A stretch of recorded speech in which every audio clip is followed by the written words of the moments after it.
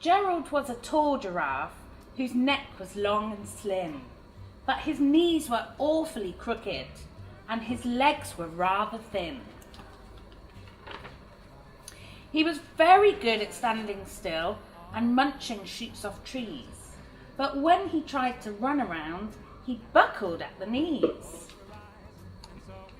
Now, every year in Africa, they hold the jungle dance, and where every single animal turns up to skip and prance.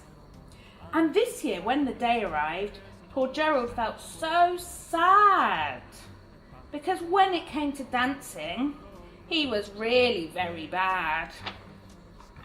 The warthogs started waltzing, and the rhinos rock and rolled. The lions danced a tango that was elegant and bold. The chimps all did the cha-cha-cha with a very Latin feel, and 8 baboons then teamed up for a splendid Scottish reel. Gerald swallowed bravely as he walked towards the floor, but the lions saw him coming and they soon began to roar. "Hey, look at clumsy Gerald," the animals all sneered. "Giraffes can't dance, you silly fool." "Oh, Gerald, you're so weird." Gerald simply froze up. He was rooted to the spot. "They're right," he thought. "I'm useless. Oh, I feel like such a clot."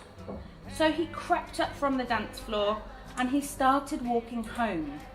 He'd never felt so sad before, so sad and so alone. And then he found a little clearing and he looked up at the sky. "The moon can be so beautiful," he whispered with a sigh. "Excuse me," coughed a cricket, who'd seen Gerald earlier on, "but sometimes when you're different, you just need a different song.